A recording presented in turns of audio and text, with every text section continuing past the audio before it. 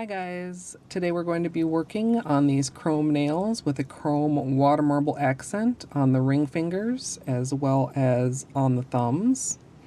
So if you'd like to see how I did this, just stay tuned. Like usual, we're going to start out with a base coat, and I'm using Ready for Takeoff.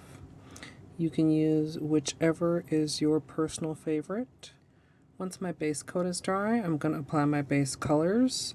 On the nails that will be fully mirror, I'm using OPI Black Onyx, and on the nails that I'll be watermarbling, I'm using OPI Alpine Snow.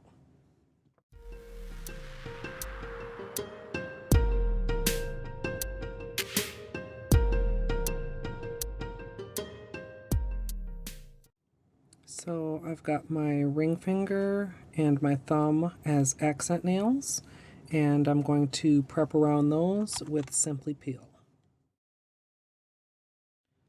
I'm going to go ahead and start building my bullseye using the same OPI black and white as I did for my base colors. And I actually did quite a bit of testing with different blacks and whites before I settled on these two as being the most even as they spread, and keeping separately black and white and not blending into gray. I'll show you guys some of my test strips at the end of the video for those of you that are interested to see those comparisons.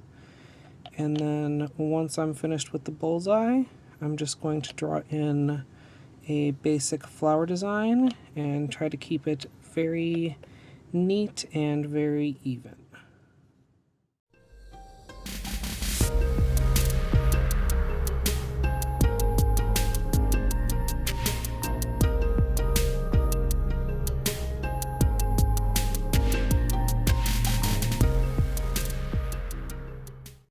Now that the design is finished, I'm going to be dipping my ring finger and my thumb at the same time. So I'm just going to line them up next to each other, adjust this just a bit, and then carefully line up as best I can.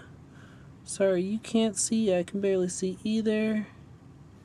And dip in. I'm gonna reach with my orange stick, try to get any excess polish that there is out of the way, and then slowly pull out and try to go ahead and just cut these apart, or cut the liquid latex apart rather, and then pull off the rest. And I think I'm finally getting a little bit better at applying my latex so I don't have quite as much cleanup afterwards. There you can see the thumb, and I have just a little bit around the edge here. Gonna touch that up, and then I'm gonna go ahead and do my other hand, and then top coat. For my top coat, as usual, I'm using Seche Vite, and usually this would be pretty much the end of the tutorial, and if you like just this black and white look, you could certainly go ahead and stop here.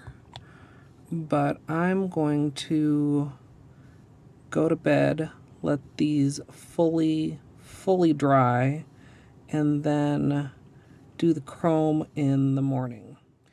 Okay, so it's the next day, and I was pretty tired when I was recording last night, so I'm kind of crossing my fingers that everything I recorded made sense. But these have had almost 12 hours to dry, and from my research online, having the normal polish completely dry seems to be the key to mixing it with gel polish or with a gel top coat. I'm actually not using the Gossip gel that came with the chrome. I'm going to be using this pink Gelac Ultra Shine, which is also a no wipe top coat. And I'll talk about that a little bit more at the end, but I'm going to go ahead and carefully apply this, and then it takes 60 seconds to cure under an LED light. And if you care about that, the LED light that I ended up purchasing is from Melody Susie, and the details on that will be in the information box. You want to make sure that you just get a really nice smooth finish with this, because the smoother it is, the nicer the chrome is going to look. Okay, I hope you guys can hear me okay, because I put a mask on, because this chrome pigment is really very fine, and when you start applying it, it tends to really fly around in the air, and I don't want it in my lungs. So with a makeup sponge applicator, just a little one like this, I'm just going to go into the chrome, and then I'm going to start applying it on my nail with kind of a back and forth buffing motion, and it starts to pretty much rub in there, and as you rub it in, you get the chrome look. I'm just gonna tap off some of the excess back into the pot, but you kind of want to continue buffing it even after it appears to be shiny. I found that gives the best results overall. So just really rub it in there, make sure you get on all the sides. You can use a pretty firm pressure, and I mean, it's really pretty simple to apply. It does tend to get all over. Like I mentioned, it gets in the air, it got all over my desk, probably is getting on my camera, but for that kind of a shine, I kind of think it's worth it. I'm gonna go over the Watermarble now, and I decided to do black and white because I just really couldn't pick a color. You can create color chromes with this also, but I thought just for my first one that black and white would be a really cool look. And hopefully you can see on camera and it's not so shiny that you're just getting a bunch of reflection. But I'm just going to continue applying that and buffing it into all my nails, and then I'll be back.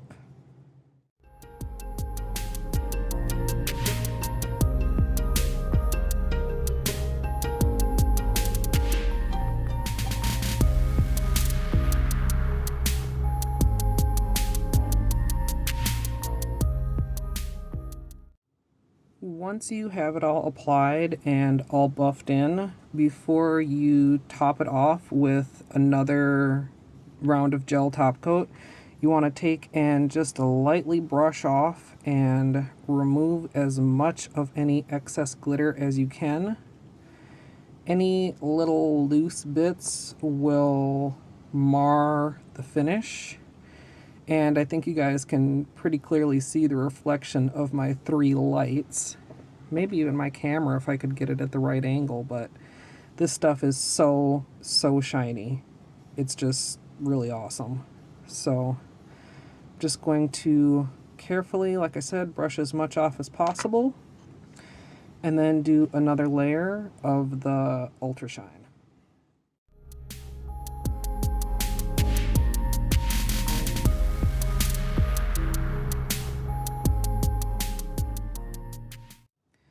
So here's the finished manicure, and these are so freaking awesome. I literally just don't even know what to do with myself other than maybe sit and look at my reflection in my nails all day.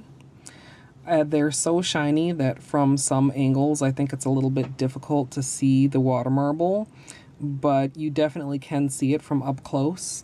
And I did want to show you guys, like I mentioned, a couple of the tests that I did. This is the OPI that I ended up going with. There was a little bit of bleeding in the center with the white, so what I did was basically eliminated that last drop and ended on the black. This is China Glaze, which really turned out very poorly, which was a surprise to me because I think I've used them together in a marble before, but maybe with a color in between them that helps them to stay separate.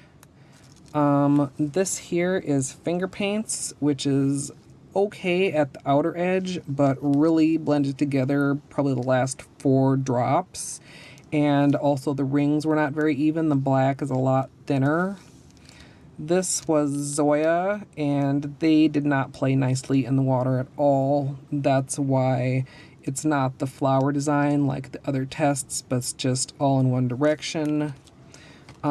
Here is Orly, where I don't know if I need to get a new bottle. Maybe I've thinned this one out a couple times, but the black was not coming out very opaque, and the rings weren't turning out super even.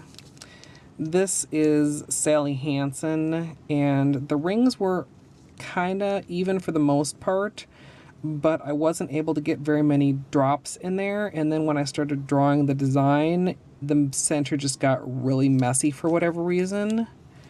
And then these last couple, this is Nina Ultra Pro, which you can find at Sally's. They were kind of blending together in the center, and when I was drawing the design, it just wasn't drawing very smoothly. The lines are all kind of wobbly and wonky. And this is Wet n Wild, which just was not forming a very nice bullseye. I think I only got 2 drops of each color in there, and you can't even barely see the center white, so that's obviously why I didn't go with those. And well, I did want this video to be mainly a tutorial on this design. I will say just a few things about the Chrome Pigment. I did get my set from Ocean Nail Supply because I liked the idea of a set of 3, but I don't know that I would necessarily recommend that if you're looking for this. This is 1, 2, and 3, and 1 is really not much different than any other glitter. It also doesn't apply the same as the other 2 pigments. You know, it doesn't go on over a no-wipe top coat. You need a tacky layer for it to adhere on. 2 and 3 are very, very similar. I think especially on camera it's going to be hard to pick up the difference. 2 is very slightly sparklier than 3. The rest of these were kind of testing with application and with different combination of top coat between the Gossip and the Ultra Shine. And this one is the one that I think pretty much turned out the best, which was Ultra Shine both to adhere the pigment and to top it off. So that's why I ended up using that in my tutorial. I do plan on recording another video that's more kind of like FAQ or just more talking about the pigment.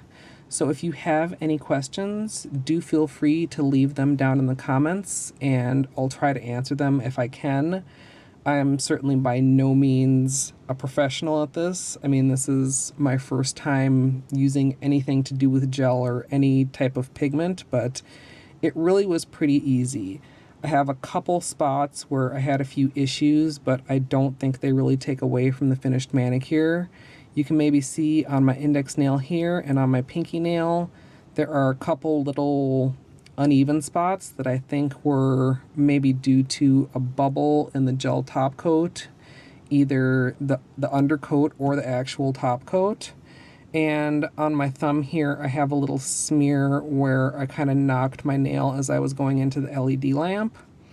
But overall, I just really, really, really love these. They're super shiny, super awesome, and I've got a lot of ideas going forward to play with this Chrome Pigment. So be sure to subscribe if you're not, so you can see when I get those videos uploaded. Definitely let me know what you think of this, if you've maybe jumped on the Chrome bandwagon yourself. And as always, thanks for watching.